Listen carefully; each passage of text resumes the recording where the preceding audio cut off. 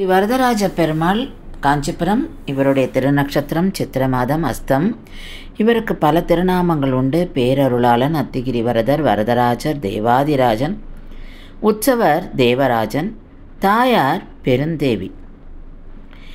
இங்கே எழுதியிருக்கும் எம்பெருமான் பல யுகங்களாக இங்கே இருக்கார்.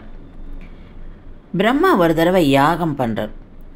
அந்த யாகத்தை சரஸ்வதி தேவி நிறுத்துறதுக்கு பார்க்குறா. ஏன்னா அவளுக்கு பிரம்மா மேலே கோபம்.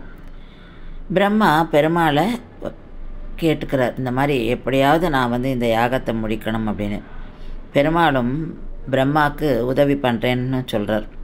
சரஸ்வதி கோபம் கொண்டு ஒரு ஆறாவரா, அதாவது வெள்ளத்தை ஏற்படுத்துகிறா. பெருமாள் அந்த வேகவதி ஆறுக்கு குறுக்க படுத்துண்டு அந்த ஓட்டத்தை நிறுத்துறார். இன்னொரு தடவை அவள் அசுரர்களை அனுப்புகிறா. அப்போ பெருமாள் அஷ்டபுஜங்களோட ஆயுதங்களை ஏந்தி அந்த அரக்கர்களெல்லாம் அழிக்கிறாள். அஷ்டபுஜகரத்தான் அப்படின்னு.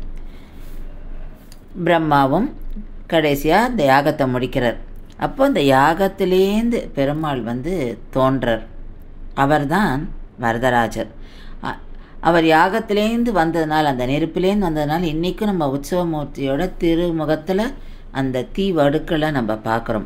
அப்போ பிரம்மா வேண்டிக்கிறார், எனக்கு நீ எப்போவுமே பின்னாட்களில் பக்தர்களுக்கு இந்த மாதிரி காட்சி தரணும். ஏன்னா இங்கே பிரம்மா எப்படி பெருமாளை பார்க்கணுன்னு ஆசைப்பட்டார், அந்த மாதிரி பெருமாள் காட்சி அளிக்கிறார். அதனால் பிரம்மா பின்னால் பக்தர்களுக்கும் இந்த மாதிரி காட்சி அளிக்கணும்னு சொல்கிறார். அப்படி ஒரு வரம் கேட்குறார். பெருமாள் அந்த வரத்தை கொடுத்தனால்தான் வரதராஜர் அப்படின்னு பெயர் அப்படின்னு சொல்கிறார். இங்கே இந்திரனோட யானை அந்த ஐராவதம் அப்படியே குன்று மாதிரி அப்படி படுத்துட்டு அதுக்கு மேலே பெருமாள் ஏறியிருக்கார். அதனால தான் நம்ம 24 படிகள் ஏறி பெருமாளை போய் சேவிக்கிறோம். இவர் பேசும் தெய்வம். தெற்கச்சினமிலோட பேசியிருக்கார். ராமானுஜருக்கு 6 வார்த்தைகளை அருளியவர் இவர்.